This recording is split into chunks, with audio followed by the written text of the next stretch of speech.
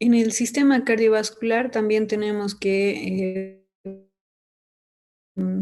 revisar aspectos relacionados a las funciones de los capilares sistémicos y de los linfáticos. Vamos a ver que están estrechamente vinculados para contribuir en el mantenimiento de la homeostasis.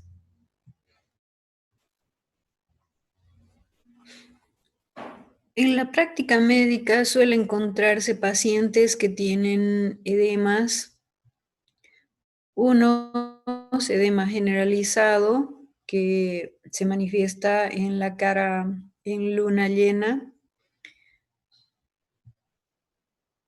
como la que ven en el recuadro superior de la diapositiva, y otros en miembros inferiores y en manos. O el edema generalizado, además de el edema facial, también se hace evidente en miembros inferiores. Esto sobre todo porque entre el espacio o tejido celular subcutáneo hay estructuras óseas que permiten hacer evidente el edema a través de la presión de la piel sobre una superficie ósea, que es lo que ven en la diapositiva, en el recuadro inferior, en la que al comprimir los dedos y luego soltar esa compresión, se percibe este hundimiento que se debe al desplazamiento del líquido al espacio circundante y es el signo que permite identificar el edema. El edema también puede ser local. En los ejemplos, solo en un miembro, el miembro inferior, y en el otro ejemplo, en el miembro superior. Independientemente de si un edema generalizado o localizado en algún miembro, la definición del edema es acumulación de líquido en el espacio intersticial. Y la comprobación clínica del edema es a través del signo de Godet, y el signo de Godet es lo que mencionaba. Se comprime un dedo sobre una superficie ósea y el líquido excesivo en el espacio intersticial se desplaza y al desplazarse se levanta el dedo y aparece esa depresión que se llama signo de Godet.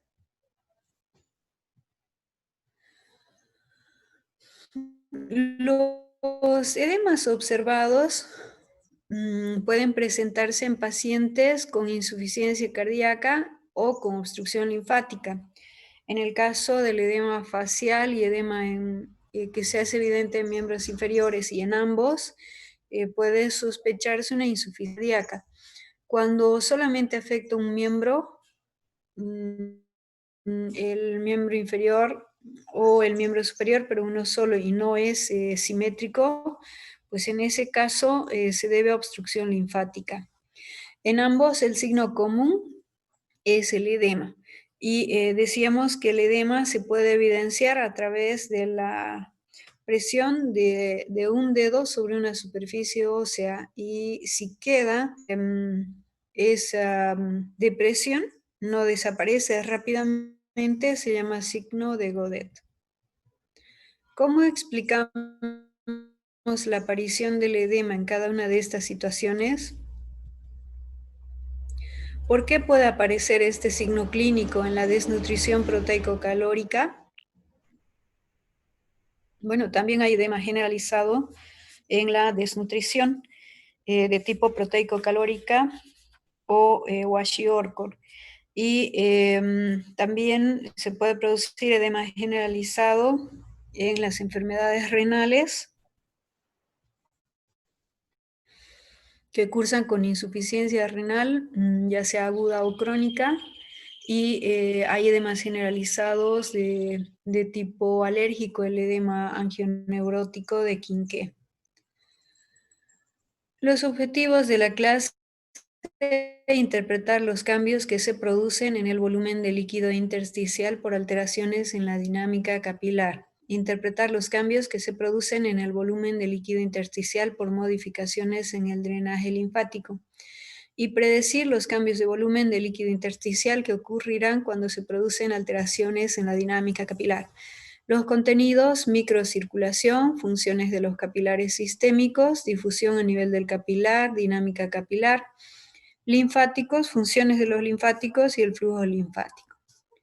La información la pueden encontrar en el Tratado de Fisiología Médica de Guyton y Hall, 13ª edición, año 2016, capítulo 16.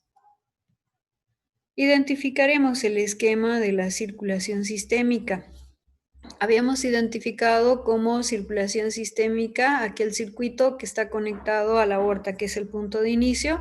Desde la aorta, el conjunto de vasos arteriales, arterias musculares o de distribución, arterias pequeñas y arteriolas, llevan la sangre hasta el lecho capilar. En el lecho capilar, una vez que fluye la sangre, retorna luego por el extremo venoso, la conexión a las vénulas, venas pequeñas, venas de mayor calibre y finalmente las venas cavas. Ahí cierra o concluye la circulación sistémica. En esa circulación sistémica debemos identificar la microcirculación. Las arterias pequeñas dan origen a las arteriolas y estas arteriolas se dividen y continúan con las metaarteriolas y luego permiten el ingreso a los capilares en su extremo arterial. O sea, se dividen en vasos más pequeños, que son los capilares, en el extremo arterial. Y la sangre fluye desde las arterias hacia las arteriolas, metaarteriolas y luego capilares. Una vez que cumplen su recorrido en el lecho capilar, en el extremo se van uniendo los capilares. A ese extremo se identifica como venoso porque la unión de estos capilares da lugar a la vénula o forman las vénulas. Y estas vénulas se conectan a las venas pequeñas que llevan la sangre de retorno al corazón.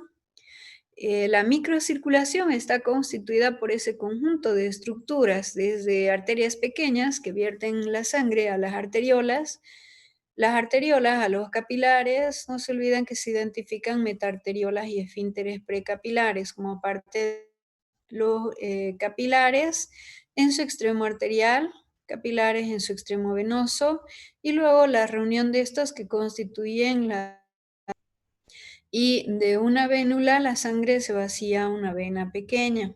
Ese conjunto es el conocido como microcirculación o lecho vascular tisular.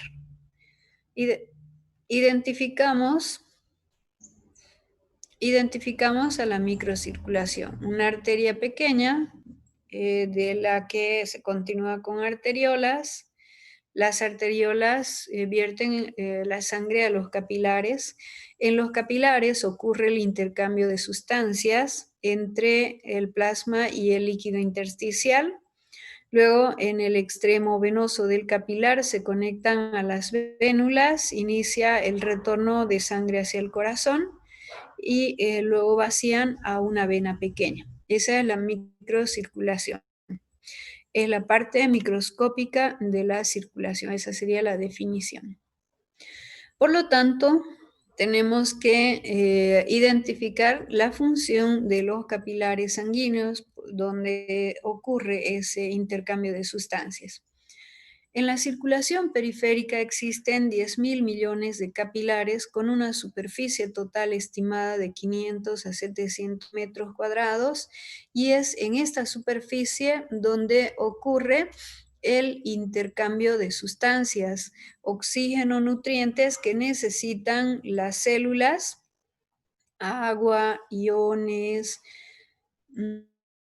hormonas, enzimas, vitaminas, oligoelementos, todos los elementos que necesiten las células para mantener para mantenerse con vida y mantenerse funcionando, pues lo obtienen desde la sangre a través de estos capilares que están constituidos por una sola capa, la túnica íntima, tienen paredes delgadas y permiten el intercambio de estos elementos.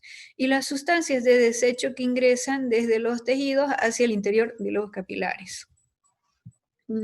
Por lo tanto, la función de la sangre de transportar estos elementos hacia los tejidos y la función del sistema cardiovascular de impulsar a la sangre hacia el lecho capilar, pues es en el lecho capilar donde finalmente se cumple la función de aporte de oxígeno y nutrientes y los demás elementos ya mencionados, y la extracción o el captar elementos de desecho que deban ser eliminados por diferentes órganos.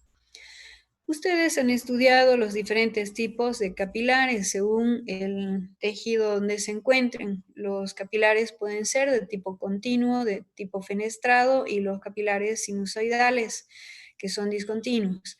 Los capilares continuos carecen de poros o fenestras en su pared, se encuentran en el tejido muscular, nervioso y conectivo. Los capilares fenestrados poseen poros o fenestras en su pared de 60 nanómetros de diámetro aproximadamente y que están cubiertos por un diafragma de poro. Se encuentran en el páncreas, intestino y glándulas endocrinas. Y los capilares sinusoidales poseen grandes fenestras que carecen de diafragma y su pared endotelial puede llegar a ser discontinua. Estos capilares se encuentran en la médula ósea, facilitan la entrada o la diapédesis, el paso de las diferentes células sanguíneas que se forman en la médula ósea y que pasan a través de estos capilares sinusoidales a la sangre. En el hígado, en el vaso y en los órganos linfoideos también se encuentran los capilares sinusoidales. El flujo sanguíneo en la microcirculación y especialmente en los capilares tiene esta característica. La sangre fluye constituyendo una sola capa de sangre, en la que hay células sanguíneas, los eritrocitos, que son los más abundantes, que al pasar por los capilares incluso pueden ser deformados. Es en este flujo de sangre por la microcirculación y en especial por los capilares, donde ocurre el intercambio de sustancias, las que necesitan las células van del plasma al espacio, al líquido intersticial, y los desechos metabólicos al plasma. Ese flujo sanguíneo es lento por los capilares, recuerdan ustedes, 0,3 milímetros por segundo, dando el tiempo, o sea, es lento para que ocurra ese intercambio, pero se dice que en general el tiempo es bastante corto, o sea, es escaso para toda la función que deben cumplir los capilares. Existen diferentes mecanismos de intercambio a nivel de los capilares, los que ya conocen por difusión, difusión simple, por filtración y absorción son los mecanismos que vamos a abordar ahora. Por difusión son los gradientes de concentración de las sustancias lo que determinan la difusión neta en un solo sentido. Por ejemplo, la difusión del oxígeno. Cuando la sangre pasa por los capilares, fluye por los capilares tisulares, es el oxígeno en respuesta al gradiente de presión del oxígeno o gradiente de concentración de oxígeno, que es casi lo mismo. Difunde el oxígeno desde el plasma o desde la sangre de los capilares hacia el líquido intersticial y luego ingresa al interior de las células. Ese intercambio del oxígeno es por difusión. Lo mismo para el CO2, que difunde desde el líquido intersticial hacia la sangre de los capilares para ser eliminado o cuando la sangre fluya por los capilares pulmonares. Entonces, uno de los mecanismos es la difusión y otros es el llamado ultrafiltrado. Este ultrafiltrado son mecanismos de filtración y absorción que están determinados por fuerzas que determinan la tendencia o dirección en la que se desplaza el agua. Y con el agua se arrastran los diferentes elementos que se encontrarán disueltas en esta. o disueltos en el líquido. La difusión es el mecanismo mediante el cual se intercambian nutrientes y sustancias de desecho a través de la pared capilar y en función al gradiente de concentración de estos. La difusión es a favor de ese gradiente. Existen otros factores que modifican la intensidad de la difusión, la diferencia de concentración, el tamaño de la molécula que difunde, la liposolubilidad. Estos factores los hemos estudiado en los primeros temas de la materia y esos son los que se aplican en este momento para comprender el intercambio de sustancias que ocurre a través del endotelio capilar. La difusión a través del capilar sistémico es lo que está representada en la diapositiva. Mientras la sangre fluye, entrando por las arteriolas al lecho capilar, difunden desde la sangre agua, aminoácidos, glucosa, oxígeno, ácidos grasos y bueno, también difunden los iones.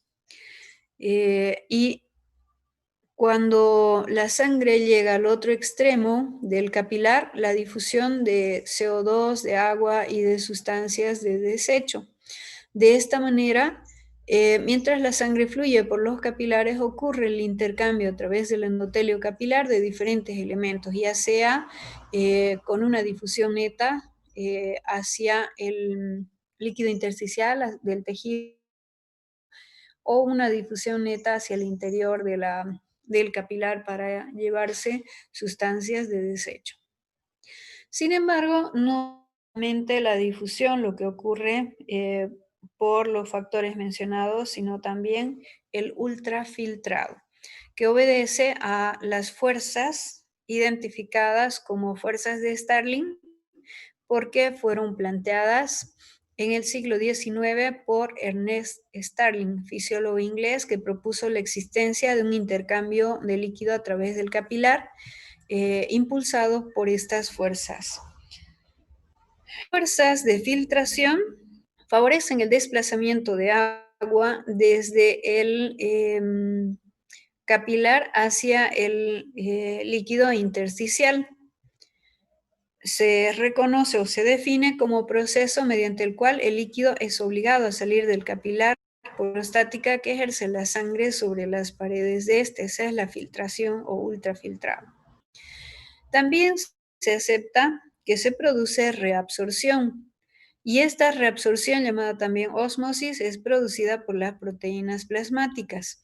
Por lo tanto, las proteínas plasmáticas son las que ejercen atracción del agua, y a eso obedece el fenómeno identificado como reabsorción, o sea que el agua va del líquido intersticial hacia el plasma sanguíneo.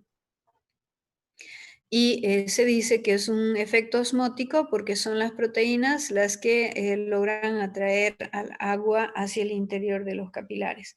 Y precisamente esta presión generada por las proteínas plasmáticas, que se llama presión coloidosmótica plasmática, depende de la concentración de proteínas plasmáticas.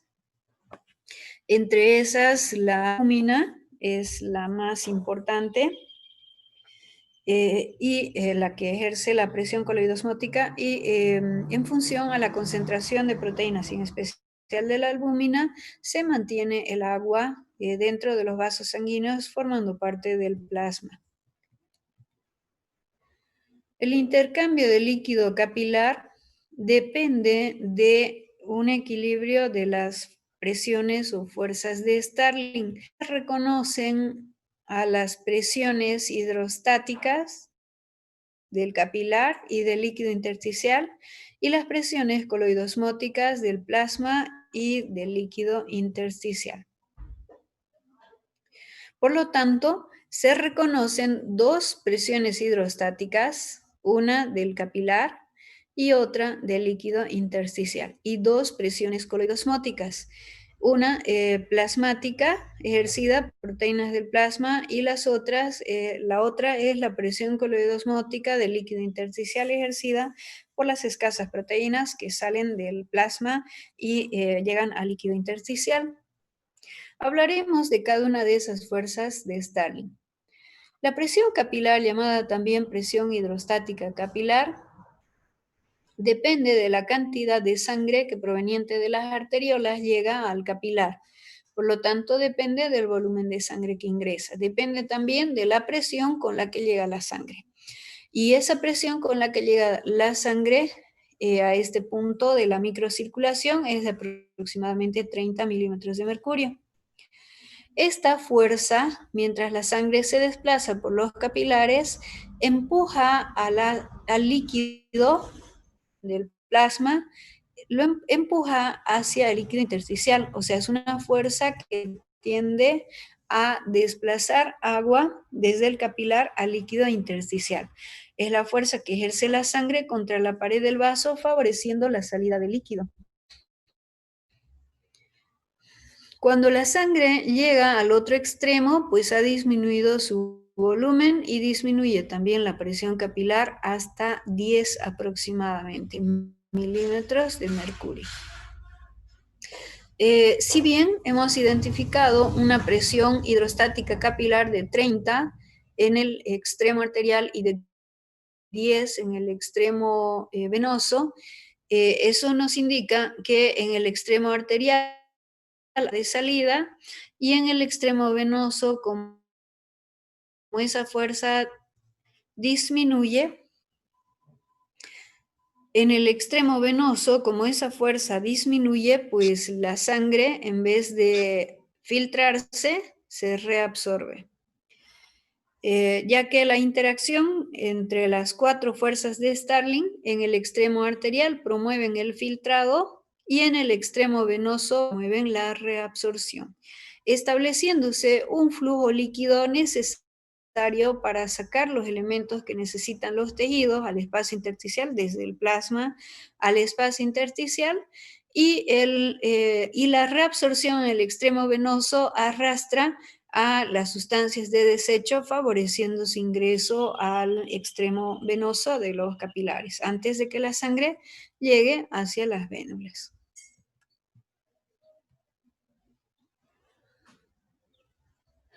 Otra de las presiones es la presión coloidosmótica del plasma. Esta es la fuerza que favorece la reabsorción de líquido desde el espacio o líquido intersticial hacia el plasma. Esta presión coloidosmótica está determinada por las proteínas del plasma.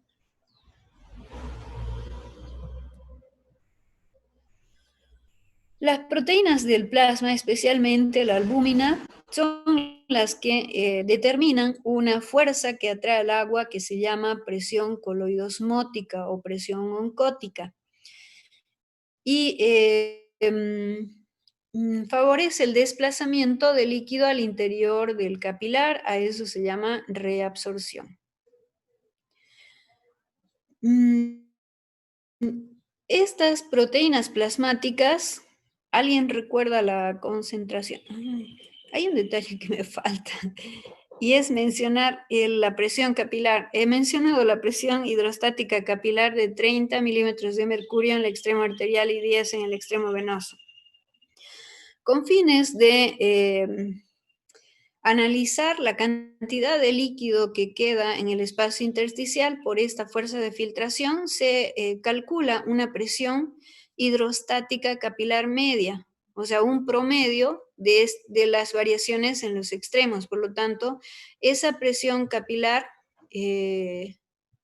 utilizada o empleada con fines de calcular el intercambio de líquido a través de los capilares por esta llamada dinámica capilar es de 17.3 milímetros de mercurio. Ese detalle me faltaba. Ahora, volvemos a la presión coloidosmótica plasmática. Tenemos que identificar a esta presión y el valor de la presión coloidosmótica plasmática. Depende de la concentración de proteínas. ¿Alguien recuerda la concentración de proteínas plasmáticas? 7 gramos. Muy bien, 7 gramos por decilitro o por 100 ml de sangre. Sí, esa es la concentración de proteínas en el plasma sanguíneo. Con esa concentración, las proteínas generan una fuerza de aproximadamente 19 milímetros de mercurio. Y la presión que acabo de decirles es de 28 milímetros de mercurio. ¿Por qué se calcula esa presión? Porque hay una interacción entre las proteínas del plasma con los iones y especialmente los iones sodio. O sea, las proteínas con electronegatividad, o sea, tienen cargas eléctricas negativas en su superficie. Interactúan con los iones de carga positiva y entre estos están los iones sodio. Por lo tanto, se llama equilibrio de Donan la fuerza que se incrementa por la interacción de las proteínas con los iones sodio, de manera tal que la presión coloidosmótica plasmática es en mercurio. Determinados por esa concentración de las proteínas y la interacción con los iones sodio. ¿Sí? Los 7 gramos por decilitro generan 19 milímetros de mercurio y por el equilibrio de Donan se calcula la presión coloidosmótica de 28 milímetros de mercurio. Esa es la fuerza que mantiene al líquido formando parte del plasma y dentro de los vasos sanguíneos. Cuando va disminuyendo esta presión coloidosmótica plasmática, ¿por qué?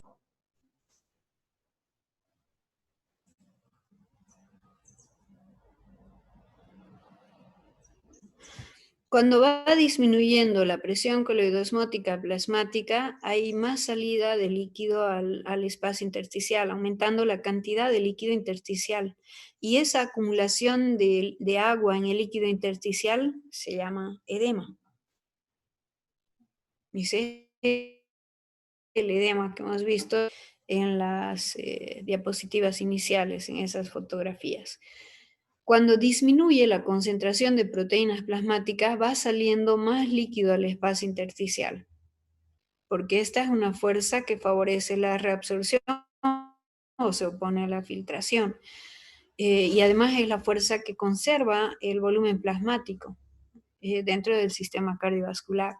Por lo tanto, si disminuye la concentración de proteínas, el líquido, o sea, disminuye la reabsorción y va quedando un remanente de líquido que produce el edema.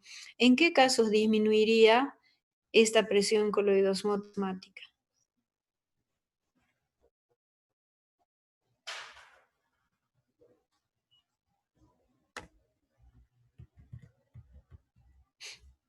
Si la presión capilar aumentara, más líquido sale al espacio intersticial, igual eso conduciría a un aumento en la presión, a un aumento de líquido en el aumento de agua en el líquido intersticial y por lo tanto a un edema. El incremento de la presión capilar puede obedecer a una hipertensión arterial y en ese caso el paciente hipertenso tiene edema.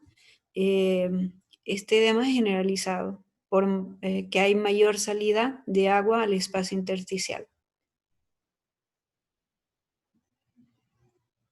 Si aumenta la cantidad de sangre contenida en los capilares, aumenta la presión capilar y hay más de líquido al espacio intersticial y se produce edema.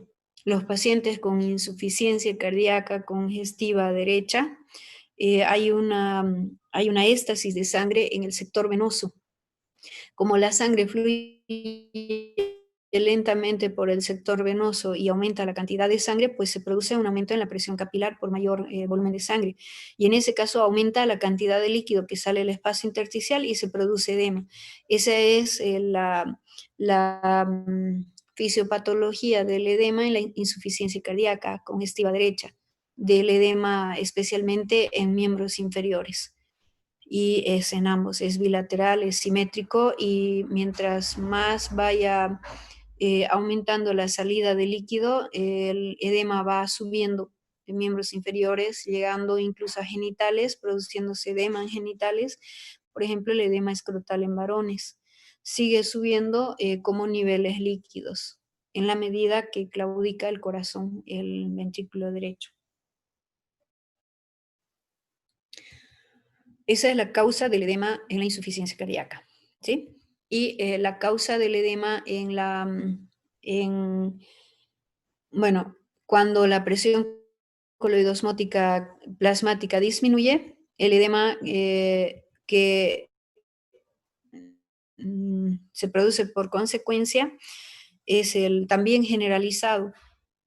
En la insuficiencia cardíaca empieza en miembros inferiores, porque se acuerdan ustedes que en miembros inferiores tiene que superarse la presión hidrostática para que la sangre vuelva al corazón.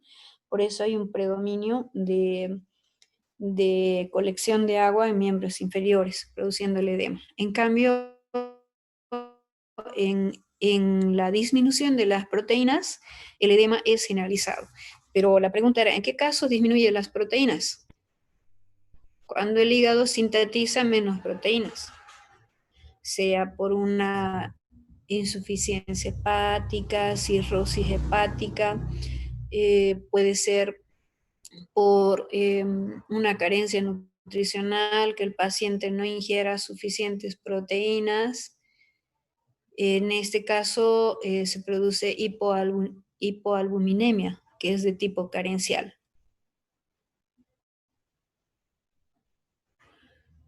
Cuando ocurre por falla hepática o por carencia nutricional, se produce la hipoproteinemia, pues la manifestación clínica es el edema generalizado. En niños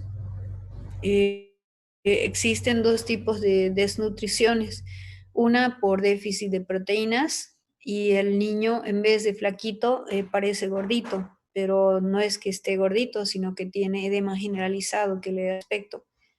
El niño se presenta pálido a la observación, hay palidez en piel y mucosas, el pelo rojizo, quebradizo, es la desnutrición proteico-calórica de tipo kwashiorkor. Y el aspecto del niño gordito en realidad es el edema generalizado. En adultos también puede encontrarse este trastorno. Otras causas de hipoproteinemia que pueden conducir a un edema generalizado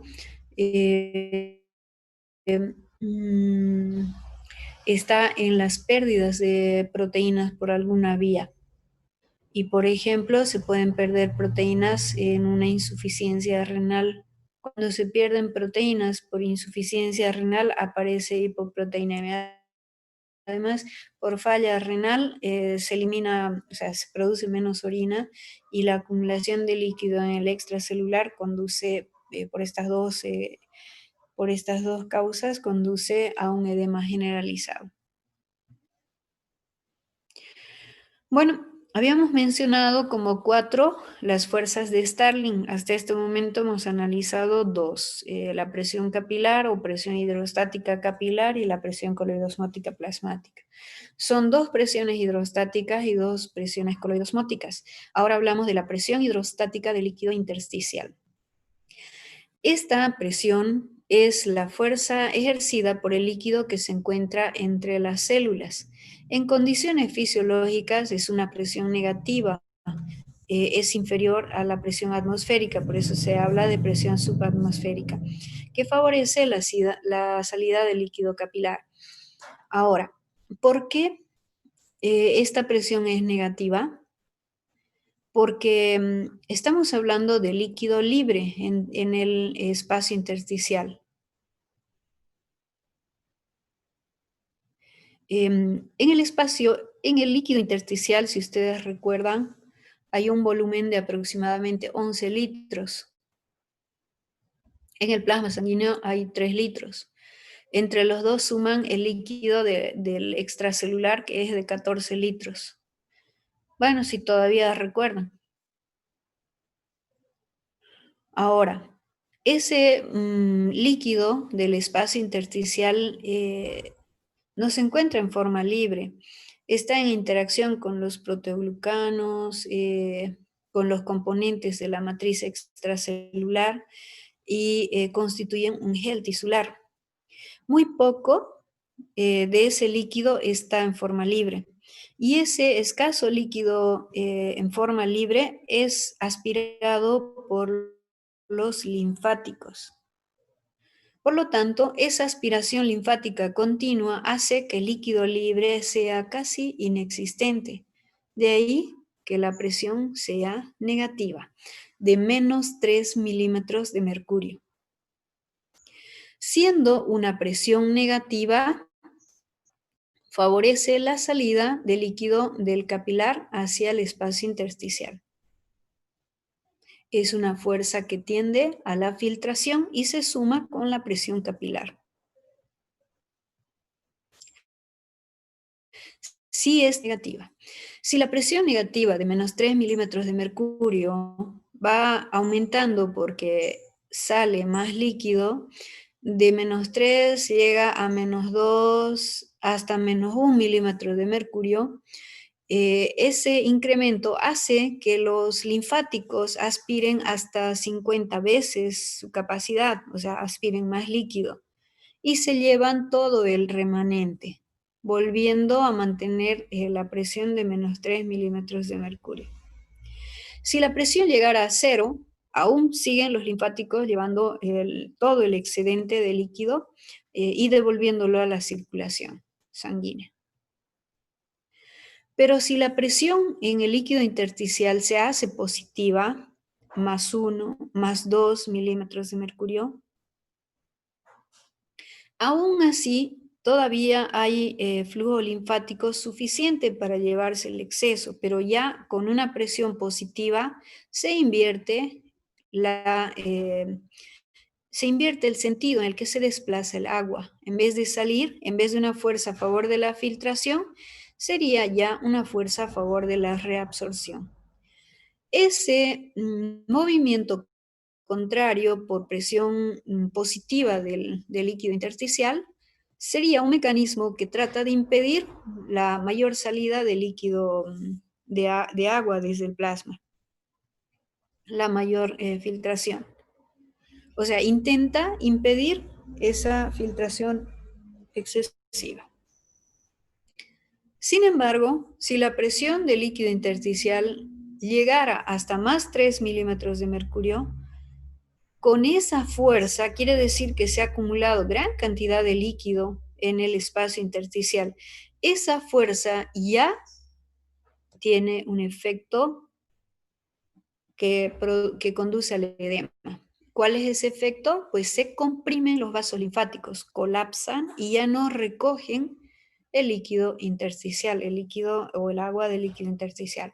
Por lo tanto, cuando la presión del líquido intersticial se hace positiva, invierte el flujo de agua, pero si llegara a más 3 milímetros de mercurio, se comprimen o colapsan los vasos linfáticos y ya no hay flujo linfático y se produce el edema.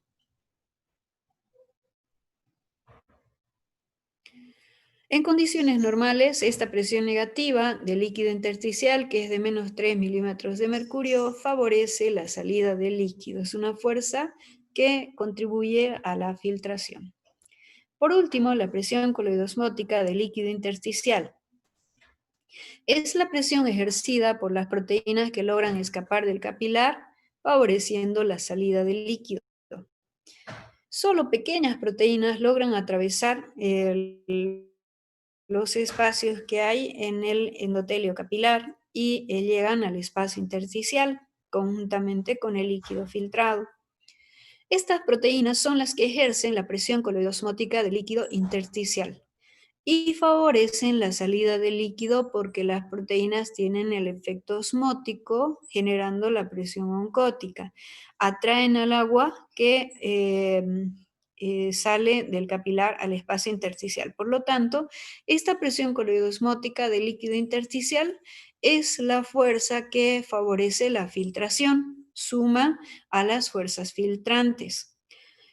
¿Cuánto es la presión coloidosmótica del líquido intersticial? 8 milímetros de mercurio y está determinada por la concentración de las proteínas en el líquido intersticial.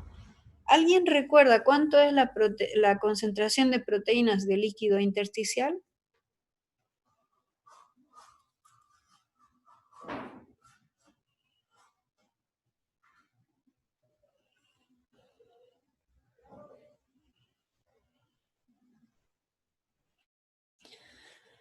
Bueno, nadie recuerda nada o es que todos se han ido a no sé dónde y no están ni siquiera escuchando lo que digo. Es una tristeza. Al final ustedes están aquí para aprender y no yo para aprender solita de lo que hablo.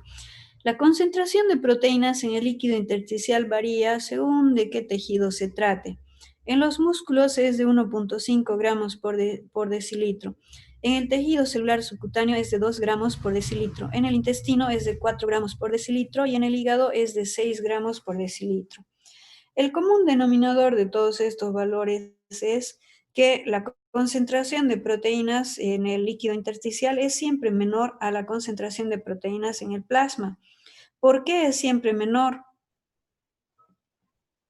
Porque estas proteínas provienen de las plasmáticas. Son las más pequeñas que logran atravesar el espacio endotelial. Por lo tanto, esta concentración de proteínas nunca puede ser superior a la concentración de proteínas plasmáticas. Esta concentración de proteínas de líquido intersticial nunca puede ser superior. Siempre es menor. 7 gramos por decilitro es la concentración de proteínas en el plasma.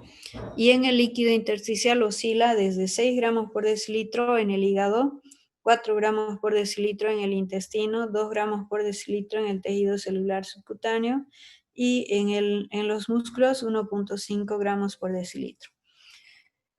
Consideramos entre 2 a 4 gramos y la presión ejercida por estas proteínas es de 8 milímetros de mercurio que favorecen la filtración. Por lo tanto, tenemos fuerzas que favorecen la filtración, la presión capilar media, que es de 17.3 milímetros de mercurio, la presión del líquido intersticial, si es negativa, de menos 3 milímetros de mercurio, es una fuerza filtrante, la presión coloidosmótica del líquido intersticial, 8 milímetros de mercurio. Suman 28.3 milímetros de mercurio, fuerzas a favor de la filtración. Y la única fuerza en estas condiciones, la única fuerza a favor de la reabsorción es la presión coloidosmótica de 28 milímetros de mercurio. Si hacemos una relación entre las fuerzas que favorecen la filtración y las fuerzas que se oponen, que es solamente la presión coloidosmótica plasmática, tendríamos una presión neta de 0,3 milímetros de mercurio que favorecen la filtración. Por lo tanto, el cálculo de la dinámica capilar se hace sobre esa presión neta de filtración que hemos calculado. La tasa neta de filtración es igual al coeficiente de filtración por la presión neta de filtración. El coeficiente de filtración es la relación que hay entre la permeabilidad del endotelio capilar, por donde filtra el líquido, el grosor y el área de superficie de ese endotelio capilar. Por lo tanto, el coeficiente de filtración en la mayoría de los tejidos es de 6.67 ml por minuto por milímetro de mercurio.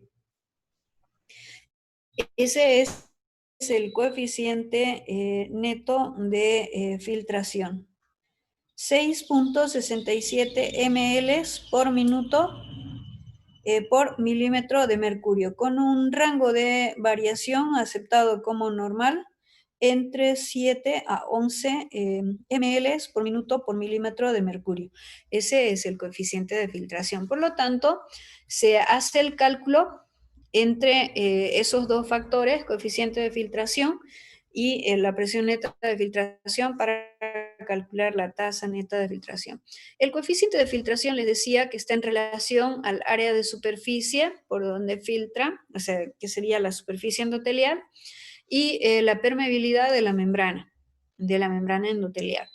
Esta permeabilidad está en relación también con el espesor o grosor de la membrana. Eso permite calcular el coeficiente de filtración, que es de 6.67 ml por minuto por minuto por milímetro de mercurio. Las fuerzas netas o la relación de las fuerzas, presión capilar y presión de líquido intersticial, si es que es negativa, más la presión coloidosmótica, perdón, más la presión hidrostática del líquido intersticial son las fuerzas que favorecen la filtración y la que se opone solamente a la presión coloidosmótica plasmática. Tenemos la relación de esas fuerzas: presión capilar de 17.3 milímetros de mercurio, presión de líquido intersticial de menos 3 milímetros de mercurio, presión coloidosmótica plasmática de 28 milímetros de mercurio y presión coloidosmótica de líquido intersticial 8 milímetros de mercurio. Eso nos da una presión neta de filtración de 0,3 milímetros de mercurio. ¿Qué modificaciones pueden conducir a variaciones de estas fuerzas y por lo tanto de la presión neta de filtración? La presión capilar puede aumentar o disminuir. Si la presión capilar aumenta, por ejemplo, les decía, en hipertensión arterial o en un aumento de la bulimia, aumenta la presión neta de filtración. Para producir edema, este aumento de la presión neta de filtración debe ser superior a 17 milímetros de mercurio. A 17 milímetros de mercurio. ¿Por qué? Porque en los tejidos existe un mecanismo que se llama factor de seguridad para el edema, para impedir el edema o la acumulación de líquido en el espacio intersticial que se llama edema.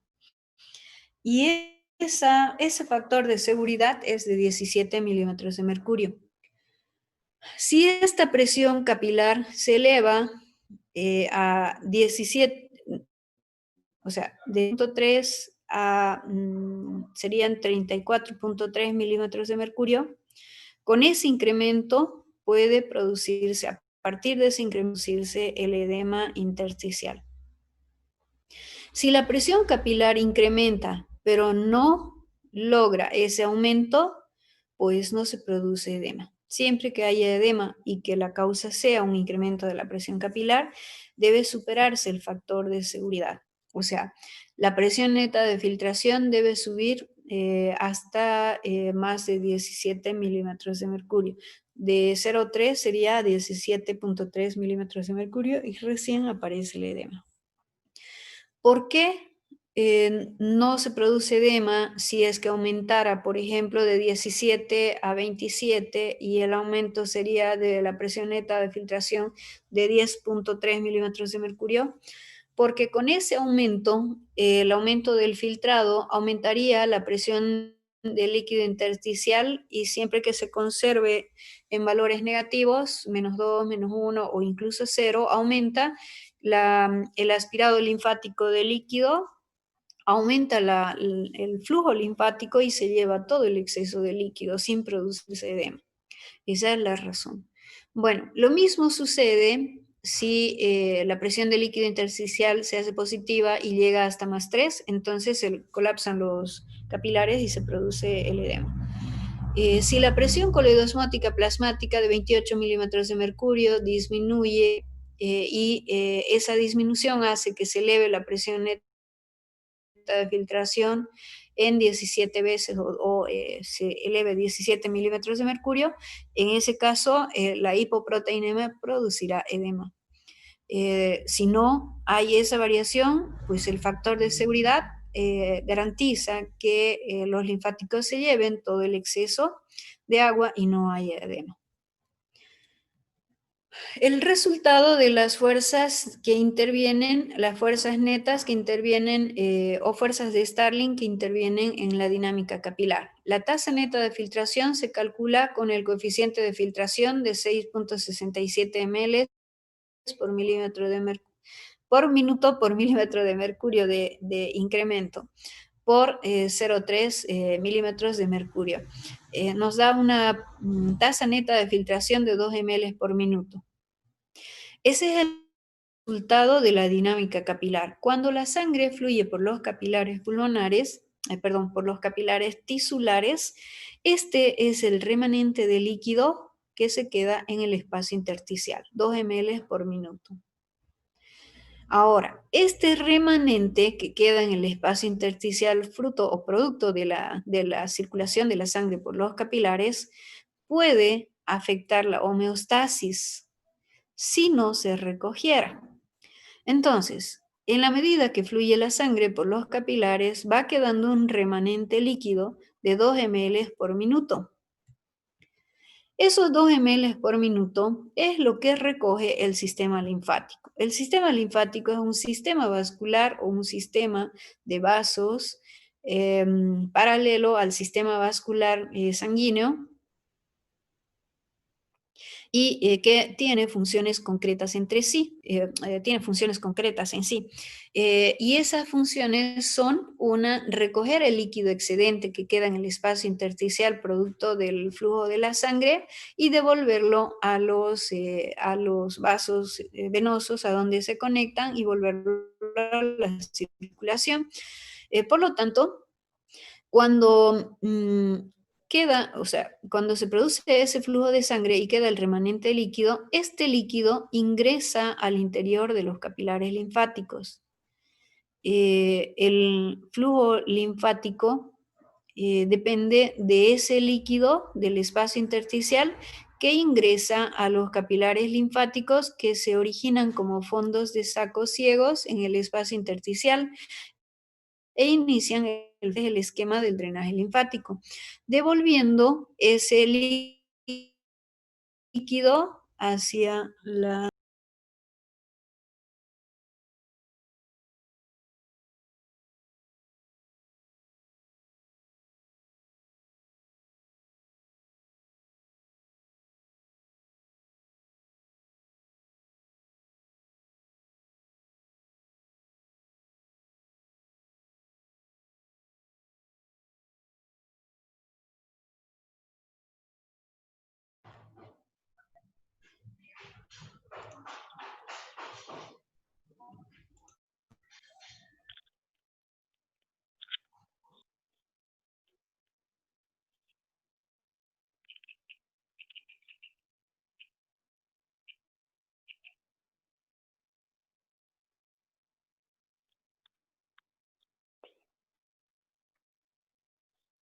Ujú.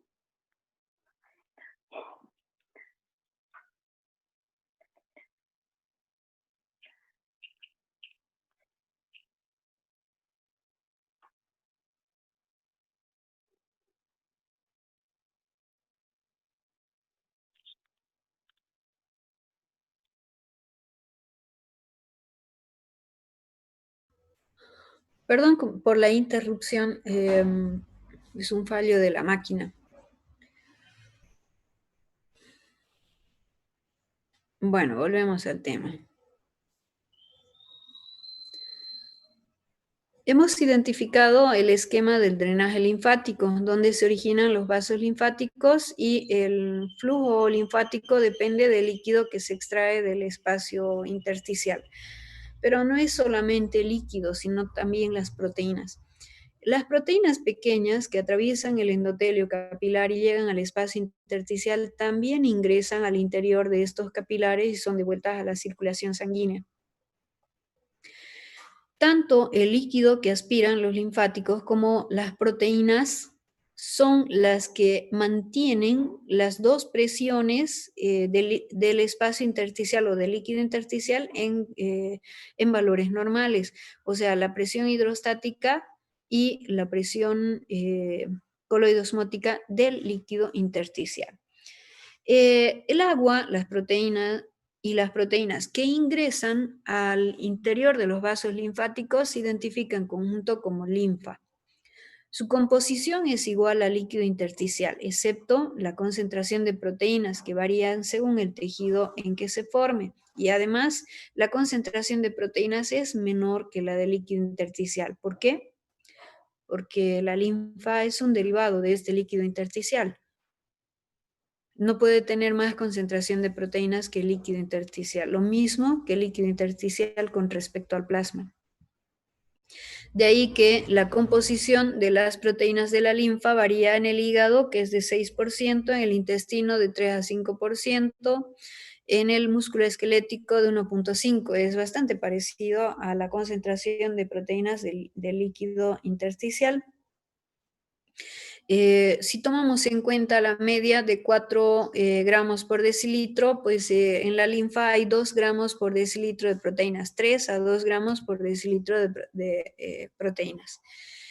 ¿Cómo ocurre el drenaje linfático? Desde el espacio intersticial el líquido va ingresando a través de los espacios que hay en las paredes de los capilares linfáticos. Cuando el agua y las proteínas ingresan al interior de los vasos linfáticos, eh, es, aunque va aumentando la cantidad de líquido, este líquido no puede volver a salir al espacio intersticial porque la formación o la organización de las células, que se llaman también endoteliales, que constituyen las paredes del capilar linfático, están organizadas de manera tal que impiden un flujo retrógrado. Al intento de salir del agua se cierran esos orificios por donde ingresó el agua y las proteínas. Y por otro lado, cuando aumenta la cantidad de líquido y se comprimen los músculos en tejidos adyacentes o áreas adyacentes, se produce el bombeo linfático, funcionan como bomba linfática igual que en las venas. Se comprimen estos vasos y la linfa empieza a fluir en una sola dirección por las válvulas de estos vasos linfáticos que, igual que en las venas, dirigen el flujo de la linfa en un solo sentido. De esta manera se recoge ese excedente de líquido y proteínas y constituye la linfa, se recogen y se devuelven a la circulación a través del conducto torácico derecho y el gran linfático.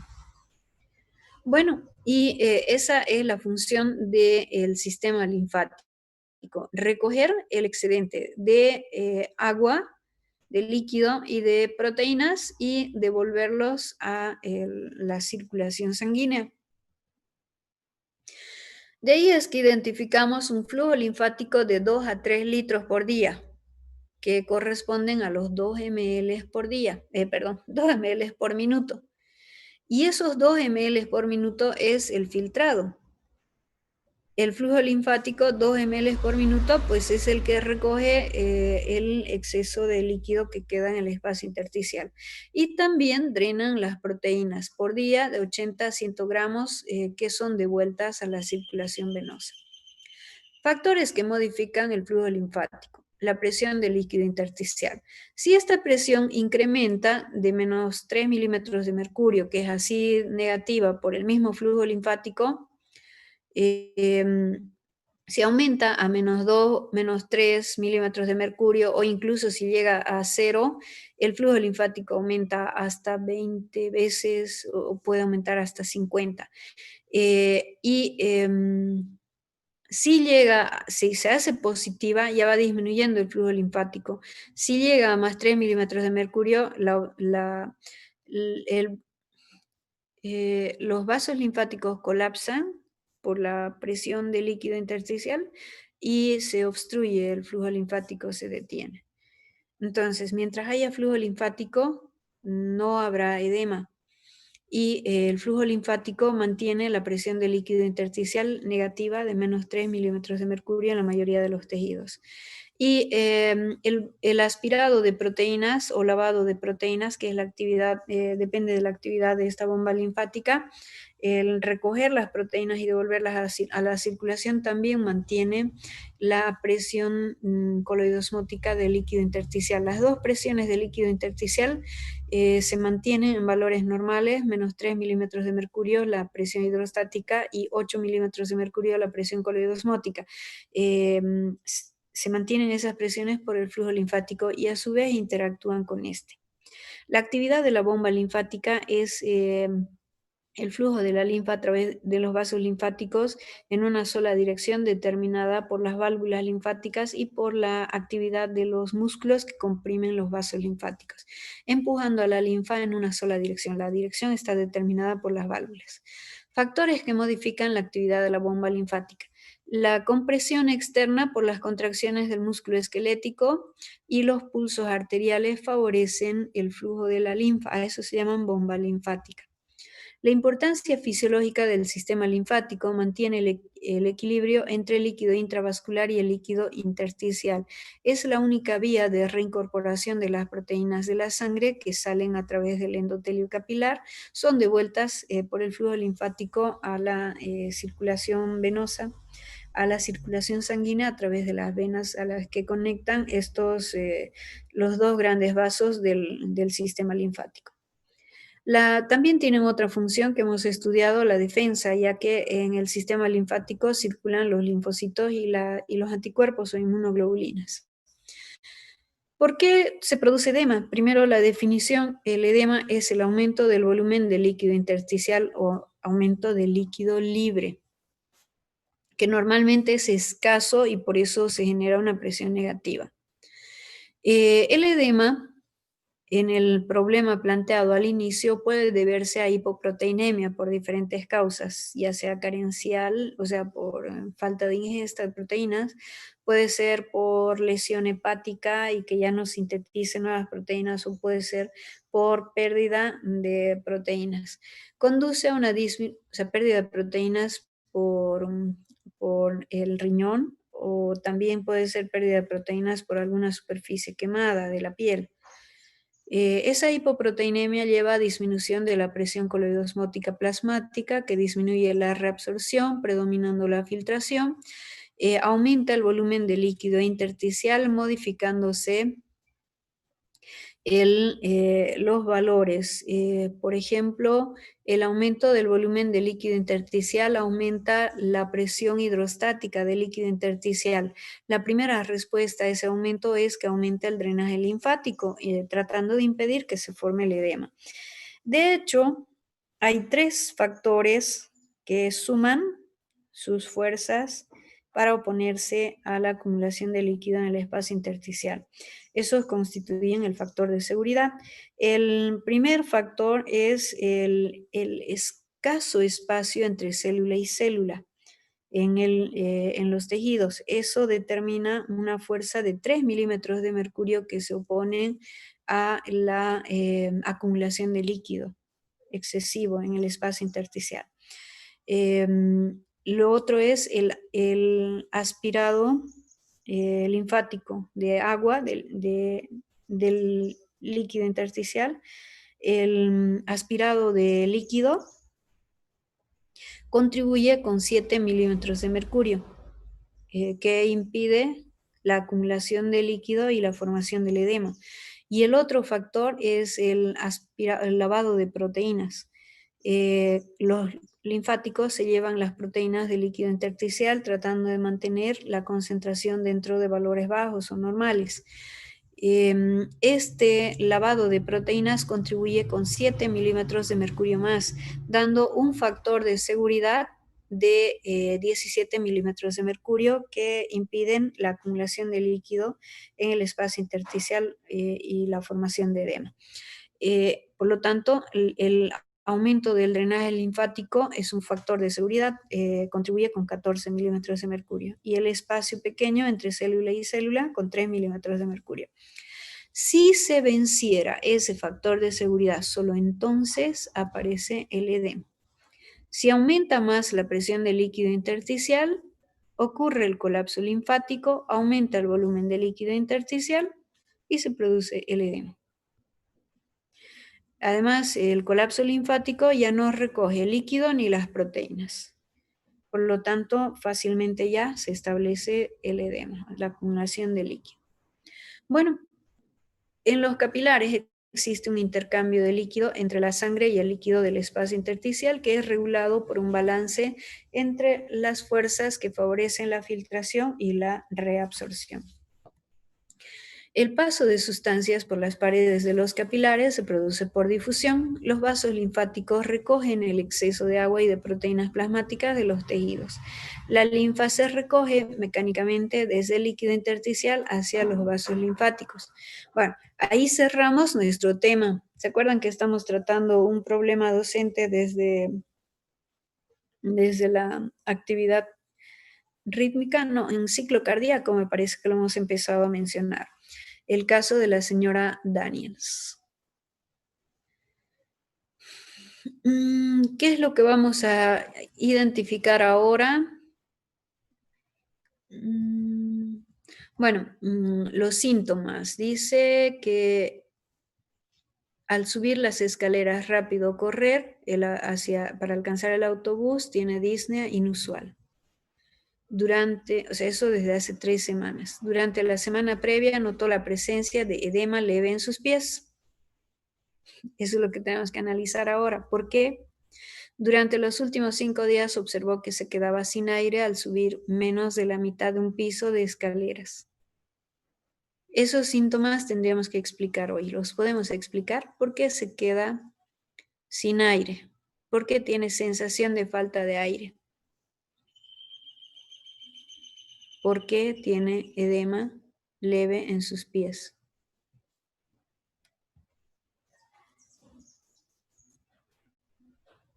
¿Pueden contestar?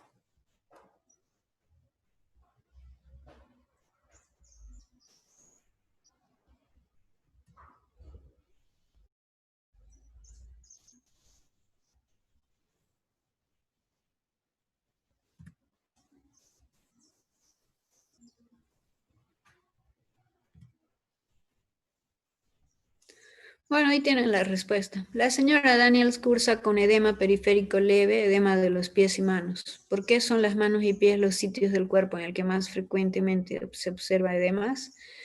Cuando la señora Daniels se encuentra en posición erecta, existe una columna vertical de líquido en la circulación de sus manos y pies. El efecto de la gravedad es incrementar las presiones en los compartimientos arterial y venoso. Aunque esto deja al gradiente de presión entre arterias y venas sin modificar, el aumento de la presión hidrostática venosa eleva la presión hidrostática capilar y favorece la formación de edema. El edema es en particular visible en las manos y pies, ya que se trata de estructuras con un componente óseo prominente y una cantidad escasa de tejidos blandos en torno al hueso. La acumulación de una cantidad discreta de líquido en los tejidos de las extremidades se vuelve visible. La señora Daniel refiere que incluso la actividad modesta, ejercicio, le genera disnea. ¿Qué cambios deben ocurrir en su sistema cardiovascular cuando ella se ejercita? ¿Cómo puede explicarse su disnea? Durante la ejercitación, la frecuencia cardíaca aumenta, al igual que la contractilidad. Estos cambios contribuyen al incremento del gasto cardíaco. Al incrementarse el gasto cardíaco, la perfusión hacia los músculos que se ejercitan puede aumentar, de manera que se aporte el oxígeno y los nutrientes que se requieren para mantener el ejercicio. El daño, estenosis y regurgitación de la válvula mitral de la señora Daniels impide a su corazón incrementar su gasto cardíaco hasta el nivel que se requiere para mantener incluso grados discretos de ejercitación.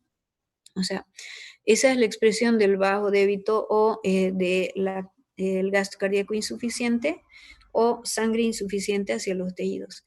Además, la presión arterial de oxígeno de la señora Daniels es baja, 74.9 milímetros de mercurio, y su saturación de hemoglobina se encuentra un poco reducida, está al 92%. Así, el contenido de oxígeno de su sangre es bajo, lo que quizá agrave su sensación de disnea. Eso es lo que debíamos analizar hoy. Con eso terminamos la clase. Con este tema hemos cerrado el estudio del sistema vascular, de la función del sistema vascular. Desde la siguiente clase empezamos regulación de la función vascular. Y bueno, ahí viene lo interesante del estudio del sistema vascular. No es solamente estudiar la función, lo que hace la fisiología, sino también estudia la regulación de la función. Bueno, y en los siguientes temas van a tener la posibilidad de descubrir los mecanismos que regulan la circulación y los factores hemodinámicos que son afectados por esos mecanismos de regulación antes de que estos fallen y se produzcan enfermedades. Con eso hemos terminado la clase de hoy.